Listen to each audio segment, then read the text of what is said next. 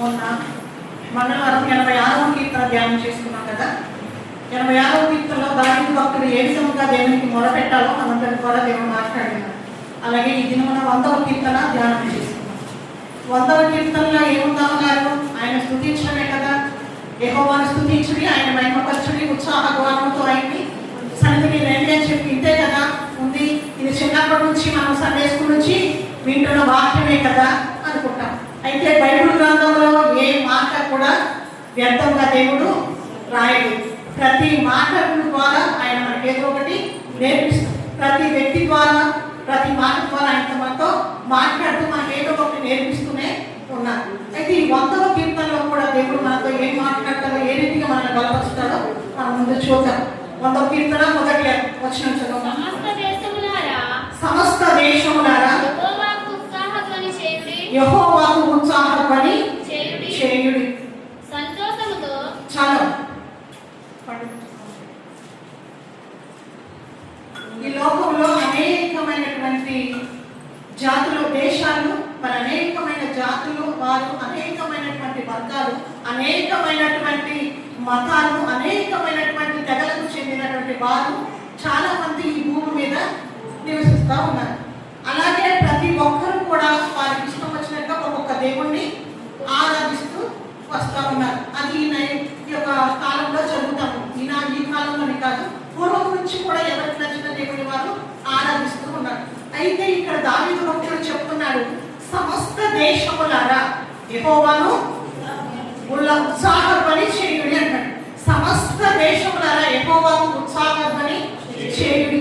సమస్త దేశములు అంటే ఈ యొక్క భూమి మీద ఉన్న ప్రతి దేశములోను ప్రతి వ్యక్తి సమస్త దేశములారా అంటే సర్వ మానవాళి కూడా యేసుక్రీస్తు వారిని మాత్రమే స్తుతించాలని ఇక్కడ దావీదు భక్తుడు చెప్తున్నాడు.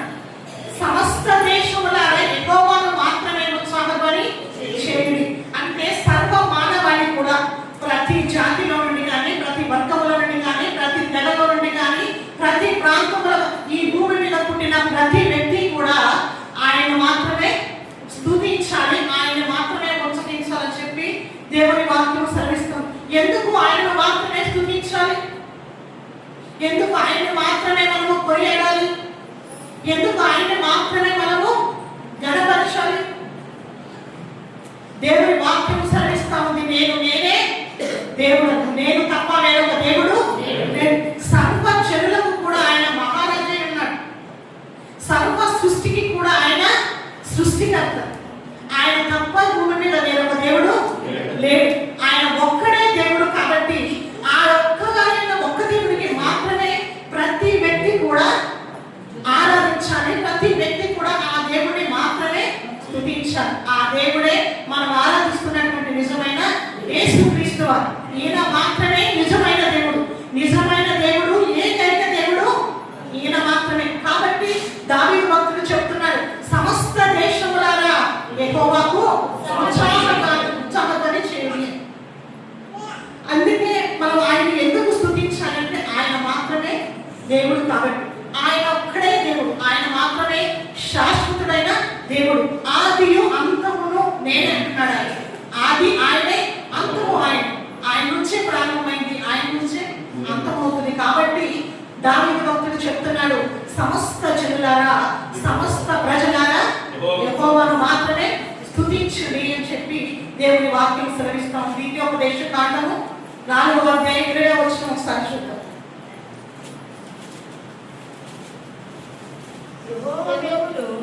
యెహోవా మిమ్మును చేపట్టి నేనున్నట్లు మీరు తనకు స్వకీయ జనముగా నుండుటకై ఐగుప్తు దేశములో నుండి నిన్ను ఇనుప కొలిమిలో నుండి మిమ్మును రప్పించెను. చాలండి. ఐగుప్తు దేశములో నుండి, ఆ ఇనుప కొలిమిలో నుండి మనల్ని రప్పించినవారు యేసుక్రీస్తు వారు మాత్రం. ఆయన మాత్రమే మనల్ని విడిపించారు. అయితే ఇది ఇశ్రాయేలు ప్రజల గురించి మాత్రం ఇక్కడ రాయబడింది. అయితే ఆయన ఇనుప కొలిమిలో నుండి, ఐగుప్తులో నుండి తన ప్రజలను ఆయన మాత్రమే విడిపించాడు. ఐగుప్తు పాపములకు సాదృశ్యముగా ఉంది. ఇనుప కొలిమి శ్రమలకు సాదృశ్యముగా ఉంది. ఆ ఇనుప కొలిమిలో మగ్గుతున్నటువంటి ఇశ్రాయేలు ప్రజలను విడిపించాడు. ఆయన మాత్రమే విడిపించగలుగుటకు సమర్థుడు. అయితే సర్వమానవాళి కూడా ఈ పాపమైనటువంటి లోకంలో సర్వమానవాళి కూడా పాపము చేసి ఆ యొక్క మరి భూమి మీద జీవిస్తున్నప్పుడు ఆ యొక్క పాపము ద్వారా మరి శ్రమలను అనుభవిస్తూ నిత్య మరణానికి సాగుతున్నటువంటి ఈ యొక్క సమయంలో దేవుడు మాత్రమే మనందరినీ విడిపించాడు. రక్షించడం వరకు తండ్రి తన యొక్క ఏకైక కుమారుని భూమికి పంపించి ఆ నిత్య మరణం నుండి మనల్ని తప్పించి నిత్య జీవానికి మనల్ని వారసులు చేశాడు. ఆ నిత్య రాజ్యంలోనికి మనను ప్రవేశపెట్టడానికి ఆయన తన ఏకైక కుమారుని మన కొరకు పంపించాడు. కాబట్టి ఆయన మనము స్తుతించాలి. ఆయనలో మాత్రమే మనల్ని స్తుతించాలి. నిత్య రాజ్యానికి ఆయన మనల్ని అర్హుల్ని చేశాడు. ఆ యొక్క రాజ్యంలోనికి ప్రవేశించడానికి మనకి ఏ మాత్రము కూడా అర్హత లేనటువంటి మనకు ఆయన తన కుమారుడిని పంపించి మన అర్హులుగా చేసి ఉన్నాడు. ఆయన మన పిల్లలుగాను తనకు ఆయనకు సొంతైన ప్రజలుగాను యాజక సమూహముగాను ఆయనకు స్నేహితులుగాను మనల్ని ఆయన చేసుకొని ఉన్నాడు. కాబట్టి మనం ఆయన్ని సమస్త దేశములారా మనము దేవుణ్ణి స్తుతించాలి అని చెప్పి దావీదు భక్తుడు మనకు తెలియచేస్తా ఉన్నాడు. జెఫన్యా గ్రంథము 3వ అధ్యాయం 14వ వచనం ఒకసారి చూద్దాం. జెఫన్యా సియోను నివాసులారా ఉత్సాహధ్వని చేయుడి, ఇశ్రాయేలీయులారా జయధ్వని చేయుడి, యెరూషలేము నివాసులారా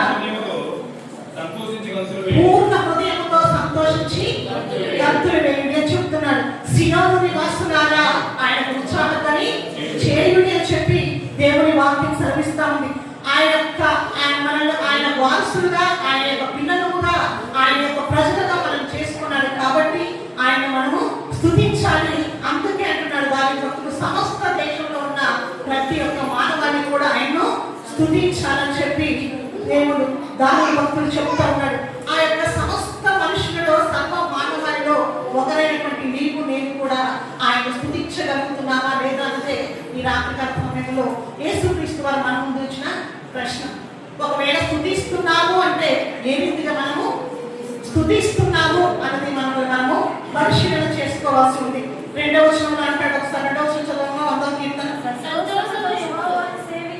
సంతోషముతో యెహోవాను సేవించుడి, ఉత్సాహగానము చేయుచు ఆయన సన్నిధికి రండి. సంతోషముతో యెహోవాను సేవించాలని చెప్పి దేవుని వాక్యం సెలవిస్తుంది. ఆ సేవ ఎలా ఉండాలంటే ఆయనకు అంగీకారమైన అనుకూలమైనదిగా ఉండాలి. సంతోషంతో యెహోవాను సేవించుడి అంటున్నాడు. ఆయనకి అనుకూలమైనటువంటిదిగా మనము ఆ యొక్క సేవ మనము చేయాలి. అది ఎలా అంటే మనమే సజీవ యాగముగా ఆయనకు సమర్పించుకొని సజీవమైనటువంటి ఒక బలిగా మనము ఆయనకు అర్పించుకోవాలి. అప్పుడు మాత్రమే అది ఆయనకు అనుకూలంగా ఉంటుంది. ఆయనకి సంతోషంతో యెహోవాని సేవించాలట. ఎలాగ సేవిస్తున్నాము? మనం సంతోషంతో సేవిస్తున్నామా లేక ఆయాసంతో సేవిస్తున్నామా? ఆయన సన్నిధికి సంతోషంతో వస్తున్నామా లేక భారము కలిగి వస్తున్నామా? ఆయన దేవుని మందిరానికి రాకపోతే సేవకులు అడుగుతారేమో ఎందుకు ప్రార్థనకు రాలేదని, అందుకోసం వస్తున్నామా? లేక ఏదో వెళ్ళాలి ప్రార్థన ఉంది, నేను దేవుడు యేసుక్రీస్తు వారి మతం అంటున్నారు కదా, ఇప్పుడు ఈ మతంలోకి నేను వచ్చాను కాబట్టి బైబిల్ పట్టుకొని ప్రతి శుక్రవారం ప్రతి ఆదివారం నేను మందిరానికి వెళ్ళాలి అన్నట్లుగా వస్తున్నామా? లేక సంతోషముతో ఇష్టముతో దానికంటే నాకు తృష్ణ ఉంది దేవుని పట్ల, అలాగా ఆ యొక్క తృష్ణతో మనం ఆయన మందిరానికి వస్తున్నామా? ఇది అందుకే ఆ తృష్ణ కనుక మనలో ఉంటే అప్పుడు మనము ఈ వాక్యం మనల్ని అన్వయించుకోవచ్చు. సంతోషంతో యెహోవాని సేవించుడి అంటాడు. అప్పుడు మాత్రమే మనకు ఇది వర్తిస్తుంది మాట. మనం ఎలా వస్తున్నాం? లేకపోతే నా సహోదరుని కలుసుకుంటాను, కాసేపు వారితో నేను మాట్లాడవచ్చు, దేవుని మందిరంలో వారిని నేను చూడొచ్చు, వారితో కాసేపు నేను ముచ్చటించవచ్చు అన్నట్లుగా వస్తున్నామా?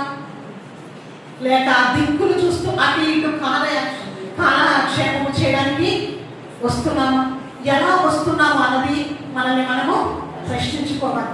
ఆయన అంటాడు సంతోషంతోని యెహోవాను సేవించాలి, ఆనందముతో ఇష్టముతో నీ పూర్ణ హృదయముతో ఆయనను సేవించాలి, ఆయన గణపరచాలి.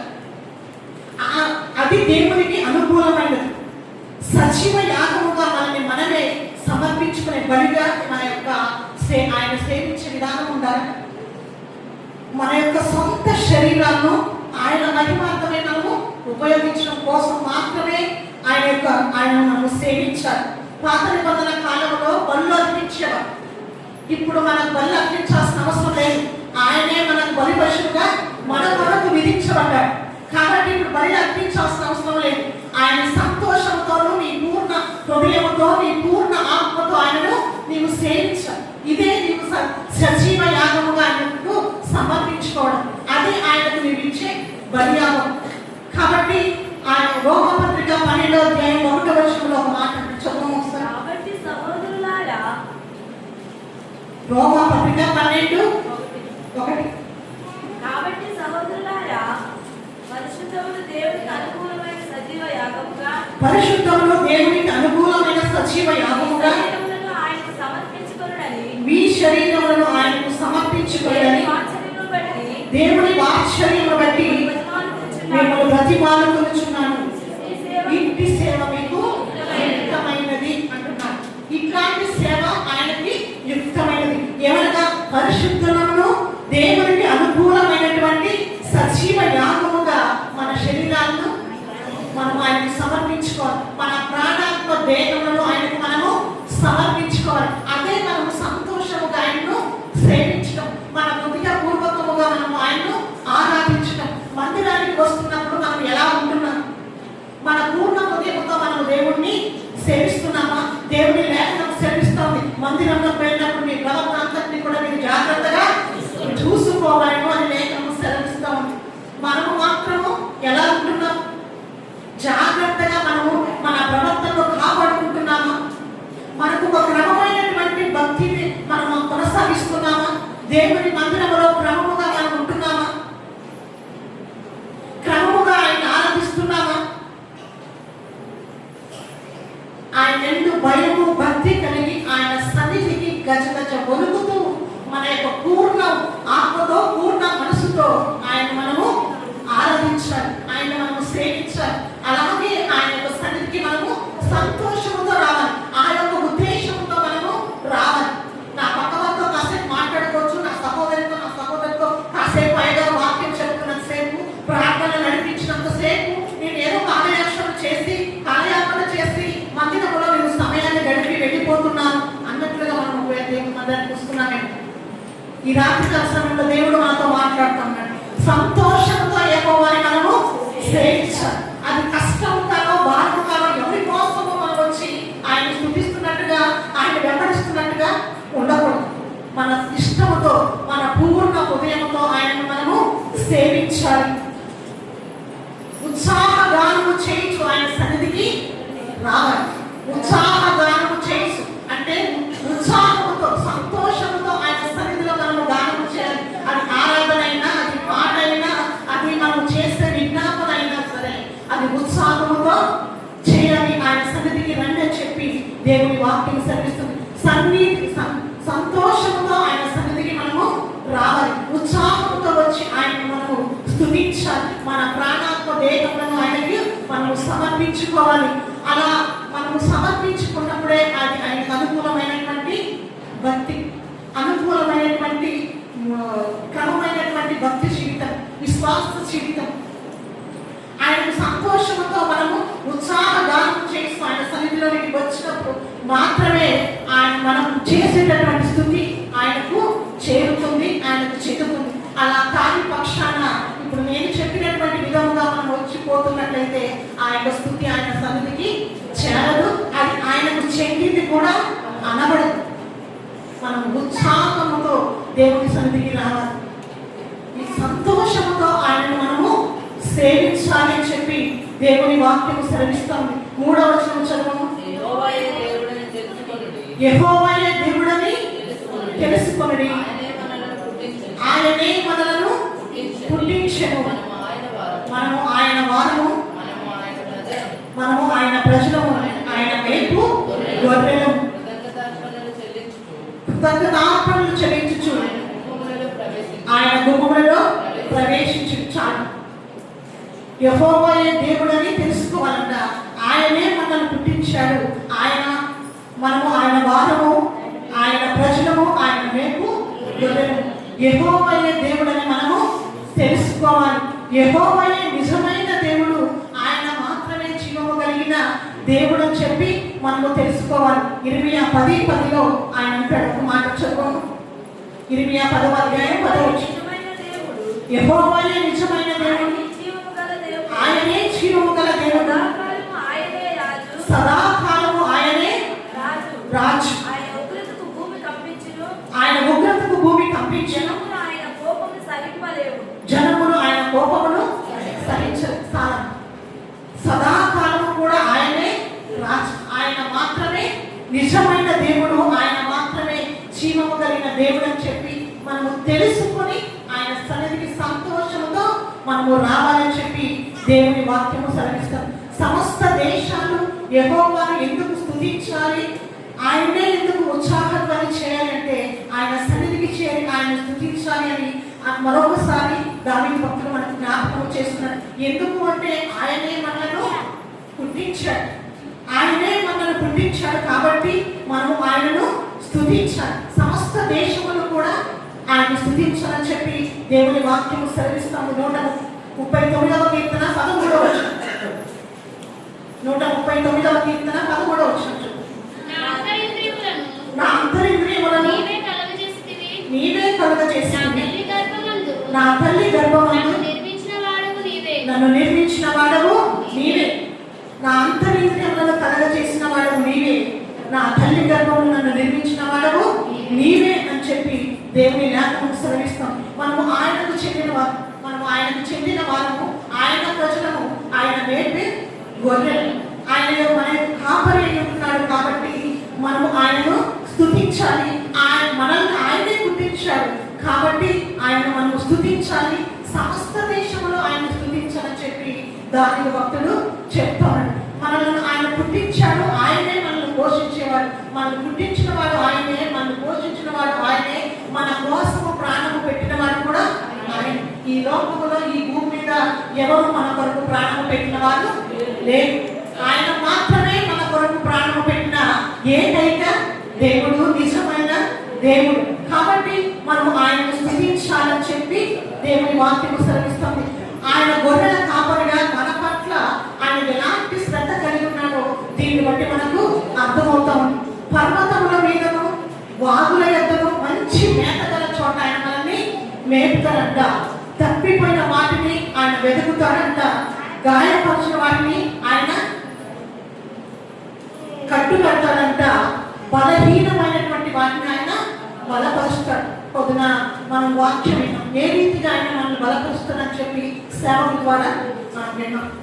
ఆయన బలహీనమైనటువంటి మనల్లో, బలహీనతలో ఉన్నటువంటి మనల్లో ఆయన బలపరుస్తాడు. ఒకవేళ గాయం చేత మనము ఉన్నప్పుడు ఆ గాయమును కట్టేవాడు కూడా ఆయనే. మనల్ని నిత్యము పోషించే పోషకుడు, మనల్ని నిత్యము నడిపించే మన కాపరి కూడా ఆయనే. 78వ కీర్తన 52వ వచనంలో ఒక మాట చదువు. అయితే గొర్రెల వలె ఆయన తన ప్రజలను తోడుకొని పోయెను, ఒకడు మందను నడిపించినట్లు అరణ్యములో ఆయన వారిని నడిపించెను. ఒకడు మందను తోడుకొని పోయినట్లుగా ఆయన మనల్ని తోడుకొని పోతాడంట. అరణ్యములో ఆయన మనల్ని నడిపిస్తాడు. అరణ్యము లాంటి సమస్యల్లో మనం ఉన్నప్పటికీ, అరణ్యము లాంటి శోధనలు మనల్ని వెంబడించినప్పుడు కూడా, ఆ పరిస్థితుల్లో కూడా మనల్ని చేయబట్టి మనల్ని నడిపించేది మన దేవుడు మాత్రమే. మన బంధువులు వదిలేస్తారు, మన రక్త సంబంధులు, మన తోబుట్టులు, మన స్నేహితులు మంచిగా ఉన్నప్పుడు మనల్ని మనతో ఉంటారు. కానీ అరణ్యము లాంటి శ్రమను మనం అనుభవిస్తున్నప్పుడు, శోధన కాలంలో మనం ఉన్నప్పుడు, మనము అప్పుల్లో, ఇబ్బందుల్లో, రోగాల చేత మనం పడి ఉన్నప్పుడు, బలహీనులమై మనం ఉన్నప్పుడు మనం ఎవరు కూడా ఆదరించరు, మనం ఎవరు కూడా బలపరచరు. మన దేవుడు మాత్రమే మనల్ని బలపరచగల దేవుడు. ఎహెజ్కేలు గ్రంథము 34:15 చూడండి. ఎహెజ్కేలు గ్రంథము 34:15. నేనే నా గొర్రెలను మేపి పరుండబెట్టుదును. నేనే నా గొర్రెలను మేపి పరుండబెట్టుదను. ఇదే ప్రభువకు యెహోవా వాక్కు. ఇదే ప్రభువు యెహోవా వాక్కు. ఆయన ఏమంటున్నాడు? నా గొర్రెలను నేనే మేపుతాను, నేనే పరుండబెడతాను. ఆయన మంచి మేతగల చోట తన గొర్రెలను మేపి ఆయన సురక్షితమైనటువంటి ప్రాంతంలో మనల్ని ఉంచేటటువంటి దేవుడు. అలాంటి గొప్ప దేవుడు మనము కలిగి ఉన్నాము కాబట్టి సమస్త దేశములు కూడా యెహోవాను స్తుతించాలి, ఉత్సాహగానము చేయాలని చెప్పి దావీదు భక్తుడు మనకు తెలియజేస్తాడు. ఇంతకంటే ఏమి కావాలి మనకు? మనం ఆయన స్తుతించడానికి, ఉత్సాహగానముతో ఆయన సన్నిధికి రావడానికి, సంతోషముతో ఆయన మనం సేవించడానికి ఇంతకన్నా మనకు కావాల్సింది, ఇంతకన్నా మనకు చేయాల్సింది కూడా ఎవరు ఏమీ లేదు. కాబట్టి ఇంత గొప్ప దేవుడిని మనము కలిగి ఉన్నాము కాబట్టి, అంత గొప్ప దేవుడికి మనము ప్రజలమై ఉన్నాము కాబట్టి, మన కొరకు ప్రాణం పెట్టిన మన దేవుడిని సమస్త దేశములు కూడా స్తుతించాలని చెప్పి దావీదు భక్తుడు కోరుకుంటా ఉన్నాడు. 4వ వచనం చదవము. కృతజ్ఞతార్పణలు చెల్లించుచు ఆయన గుమ్మములలో ప్రవేశించుడి. కీర్తనలు పాడుచు ఆయన ఆవరణములో ప్రవేశించుడి. ఆయనను స్తుతించుడి. ఆయన నామమును గణపరచుడి. యెహోవా కృతజ్ఞతార్పణలు చెల్లించుచు ఆయన గుమ్మములలో ప్రవేశించినట. కీర్తనలు పాడుచు ఆయన ఆవరణములో ప్రవేశించాలి. ఆయన స్తుతించు ఆయన నామమును గణపరచుడని చెప్పి దేవుని వాక్యం సెలవిస్తుంది. ఇలాగ ఆయన స్తుతించడము, ఆయనకు కృతజ్ఞతార్పణలు చెల్లించడం అంటే అది పరిస్థితులు అనుకూలంగా ఉన్నప్పుడు, మంచిగా మనం ఉన్నప్పుడు సాధ్యపడదు. కానీ పరిస్థితులు తీర్మానైనప్పుడు, జీవితము చల్లా చెదురైనప్పుడు ఇది సాధ్యమా? కాదు. అలాంటి సమయంలో మనం ఆయన కృతజ్ఞతార్పణలు చెల్లించలేము. కానీ దేవుడు అంటున్నాడు, ప్రతి సమయంలో కృతజ్ఞతార్పణలు చెల్లించుట అది దేవుని చిత్తము అంటున్నాడు. ప్రతి సమయంలో కృతజ్ఞతార్పణలు చెల్లించడం ఆయన చిత్తము. కానీ మానవులుగా మనకు అది సాధ్యము కాదు. మనమైతే మన పరిస్థితులన్నీ మంచిగా ఉన్నప్పుడు, మన హృదయం సంతోషంతో ఉన్నప్పుడు, మన ఇంట్లో సమృద్ధి ఉన్నప్పుడు, మనకు అన్ని సమస్యలు తీరినప్పుడు ఆయనకు కృతజ్ఞత చెల్లించమంటే, ఆయన స్తుతించమంటే చక్కగా స్తుతిస్తాం. కానీ ఒకే దినాన సమస్తాన్ని కోల్పోయినప్పుడు, లేక అనేకమైనటువంటి శ్రమలు, శోధన వెంబడి శోధన, అవమానము వెంబడి అవమానము, నింద వెనకాల నింద, బాధ వెంబడి బాధ మనల్ని వెంటాడుతున్నప్పుడు మనం స్తుతించగలమా? స్తుతించలేము. కానీ ప్రతి సమయంలో మనము స్తుతించాలి, అది దేవుని చిత్తం అని చెప్పి దేవుడు దావీదు భక్తుడు తెలియజేస్తా ఉన్నాడు. దావీదు అంటున్నాడు, న్యాయమును విధించు వాడమని నేను నీకు కృతజ్ఞతాస్తుతులు చెల్లిస్తున్నాను. సర్వోన్నతమైన యెహోవా నామమును నేను కీర్తించదను అంటున్నాడు. 7వ కీర్తన 17వ వచనములో ఆయన న్యాయమును విధించమని చెప్పి దావీదు దేవుడిని స్తుతిస్తున్నాడు. పరిస్థితులు మంచిగా ఉన్నప్పుడు స్తుతిస్తాము, లేదా మనకు మేలు చేసినప్పుడు స్తుతిస్తాము. కార్యం ఆయన ద్వారా మనము మేలు పొందుతున్నప్పుడు, మన జీవితంలో కార్యము జరిగినప్పుడు మనము స్తుతిస్తాము. దావీదు భక్తుడు అంటున్నాడు, ఆయన న్యాయవంతుడని, ఆయన న్యాయము విధించేవాడని చెప్పి నేను ఆయన్ని స్తుతిస్తున్నాను, కృతజ్ఞత చెల్లిస్తున్నాను అంటున్నాడు. సర్వోన్నతుడైన దేవుడు అని చెప్పి నేను ఆయన్ని ఘనపరుస్తున్నాను, నేను స్తుతిస్తున్నాను అని చెప్పి దావీదు భక్తుడు అంటున్నాడు. ఆయన యొక్క వ్యక్తిత్వాన్ని బట్టి, ఆయన యొక్క గుణ లక్షణాన్ని బట్టి కూడా దావీదు ఆయనకి కృతజ్ఞత చెల్లిస్తున్నాడు. ఎందుకంటే ఈ భూమి మీద నీతి న్యాయం అనేది లేదు కాబట్టి, న్యాయము విధించే దేవుడు ఒక్కడే దేవుడు, ఆయనే యేసుక్రీస్తు వారు. కాబట్టి దావీదు అంటున్నాడు, నీవు న్యాయము జరిగించే దేవుడవు కాబట్టి నేను నిన్ను స్తుతిస్తున్నాను అంటున్నాడు. అంతేకాదు, నీవు మరణము నుండి నా ప్రాణము తప్పించున్నావు, నేను జీవపు వెలుగులో దేవుని సన్నిధిలో సంచరించినట్లు జారిపడకుండా నీవు నా పాదము తప్పించున్నావు, కాబట్టి నేను నీకు స్తుతి యాగము అర్పిస్తాను అంటున్నాడు. జారిపడకుండా తన పాదమును దేవుని యొక్క వెలుగులో ఆయన స్థిరపరిచాడు. ఆయన సన్నిధిలో తను నిలబెట్టిన విధానమును బట్టి దావీదు దేవునికి కృతజ్ఞతాస్తుతులు చెల్లిస్తా ఉన్నాడు. మనము ఆయన మేలు అనుభవించినప్పుడే కాదు, కానీ ఆయన యొక్క ఉద్దేశం బట్టి, ఆయన యొక్క వ్యక్తిత్వాన్ని బట్టి కూడా మనము కృతజ్ఞత చెల్లించాలి అని దావీదు భక్తుడు మనకు తెలియచేస్తా ఉన్నాడు. ఒకే దినాన శాపాయిలు వచ్చేసి తన యొక్క గొర్రెలను మరి తన యొక్క మేకలను హరించి వేశారు. అదే దినాన మరొక రోజున మరొక అగ్ని ఆకాశం నుంచి వచ్చి తన గొర్రెలను తన మందలన్నింటినీ కూడా హరించి కాల్చివేసింది. అదే దినాన తన యొక్క సుడిగాలి చేత తన యొక్క 10 మంది పిల్లలను కూడా చంపివేసింది. సమస్తాన్ని కోల్పోయాడు యోగు. అలాంటి పరిస్థితుల్లో యోగు చెప్తున్నటువంటి మాట, ఆ యెహోవా ఇచ్చని యెహోవాయే తీసుకొనెను, ఆయన నామమునకే స్తుతి కలుగును గాక. ఒకే దినాన సమస్తము కోల్పోయింది.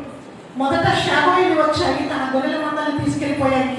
తర్వాత ఆకాశం నుండి అగ్ని వచ్చి తన మేకలను, తనకున్నటువంటి పశువులను దహించి వేసింది. తర్వాత సుడిగాలి చేత 10 మంది కుమారులు చనిపోయారు. మరి ఆయన పాపం చేశాడా? ఆయన అన్యాయస్తుడా? ఆయన బీదవాడా? ఆయన దరిద్రుడా? కాదు. ఆయన న్యాయవంతుడు, ఆయన యథార్థవంతుడు, ఊజు దేశమందు గొప్ప ధనవంతుడు, ఆయన సత్యమును అనుసరించి నడుచుకునేటటువంటి వ్యక్తి. అలాంటి జీవితంలో సమస్తము కోల్పోయింది ఒకే ఒక దినాన. పోనీ క్రమక్రమంగా ఆయన యొక్క అభివృద్ధి పతనం అవుతూ వస్తుందంటే ఒకదాని ఒకటి పోతుంది కాబట్టి తన గుండె నిగ్రహం చేసుకొని అలాగే దేవునికి స్తుతించి ఉండవచ్చు అనుకుంటారు. కానీ ఒకే దినాన సమస్తాన్ని కోల్పోయి ఆయన యథార్థవంతుడై ఉండి, న్యాయవంతుడై ఉండి, పరిశుద్ధుడై ఉండి కూడా, భక్తిపరుడై ఉండి కూడా ఆయన అంటున్నాడు, దేవుని నామానికి స్తుతి కలుగును గాక. దేవుణ్ణి ప్రశ్నించడం లేదు.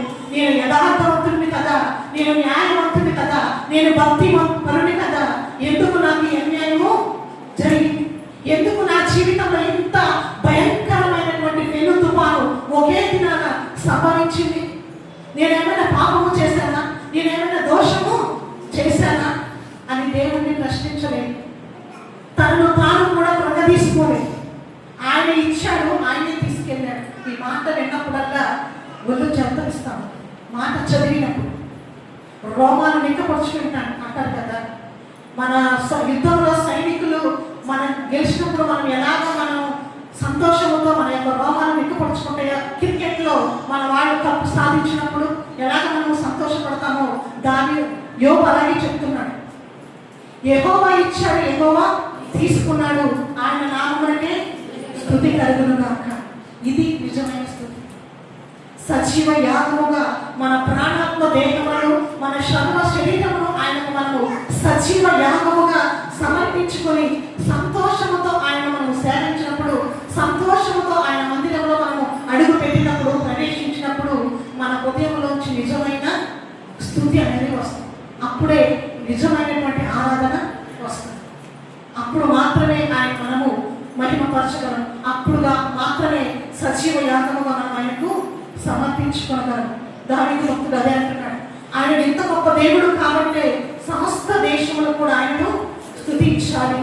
5వ వచనం చదువుతాం, మనము ముగించేస్తాం.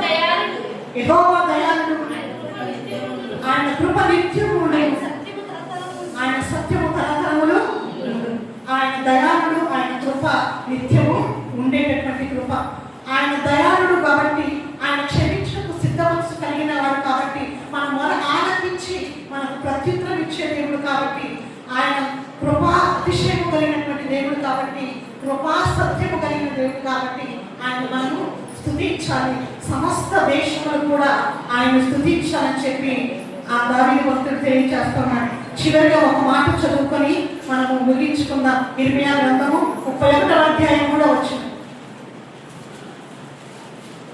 నేను శాశ్వతమైన ప్రేమతో నిన్ను ప్రేమించుచున్నాను గనుక విడువక నీ ఎడల కృప చూపుచున్నాను అంటున్నాడు. ఆయన శాశ్వత కాలము మనల్ని ప్రేమించే దేవుడు, విడువక మన ఎడల కృప చూపించే దేవుడు, ఆయన దయాళులైన దేవుడు కాబట్టి, శాశ్వతమైన ప్రేమతో మనల్ని ప్రేమిస్తున్నాడు కాబట్టి, ఆయన విడువక మన ఎడల కృప చూపుతున్నాడు కాబట్టి సమస్త దేశంలో కూడా ఆయనను స్తుతించాలి అని చెప్పి దావీదు భక్తుడు చెప్తా ఉన్నాడు. మనం ఈ సమయంలో ఇలాగ జీవితం మనం జీవము కలిగి ఉన్నాము అంటే కృపే. ఆయన కృప లేనిదే మనం ఒక నిమిషం కూడా జీవించలేము. మనం చెల్లిస్తున్నామన్నా, మనం ఉనికి కలిగి ఉన్నామన్నా, ఇదంతా కూడా ఆయన కృప మాత్రమే. ఆ కృపను బట్టి సమస్త దేశములు కూడా ఆయన స్తుతించాలి అని చెప్పి దావీదు భక్తులు మనకు తెలియచేస్తాం. ఇది మనం ఏ రీతిగా ఆయన స్తుతిస్తున్నాం, ఏ రీతిగా ఆయన సన్నిధిలోనికి మనము వస్తా ఉన్నాం. ఒకసారి మనల్ని మనం పరిశీలన చేసుకుందాం.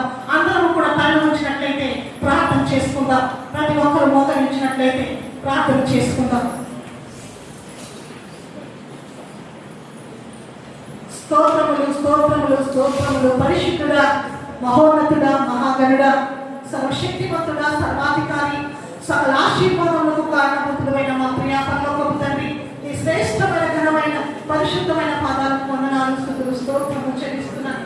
అయ్యా, శుక్రవారం ఈ యొక్క ఉపవాస ప్రార్థనలో పరిశుద్ధాత్మదేవుడా, ఈ దినాల ప్రభుని మందిరంలో చేరి నేను స్తుతించినట్టు, నేను గణపరిచినట్టు నేను మాకు ఇచ్చిన కృపను బట్టి నీకు వందనాలు, స్తుతులు, స్తోత్రములు చెల్లించుకుంటున్నాను. అయ్యా, నీ సన్నిధిలో మేము ఏ రీతిగా నేను స్తుతించాలో, ఏ రీతిగా నేను సేవించాలో ప్రభా, మా అందరితో మీరు మాట్లాడి ఉన్నారు. అందుని బట్టి నీకు వందనాలు, స్తుతులు, స్తోత్రములు చెల్లిస్తున్నాను. దేవా నీకు వందనాలు, పరిశుద్ధుడా నీకు స్తోత్రములు, కృపా సత్య సంపూర్ణుడా నీకు వందనాలు చెల్లిస్తున్నాను.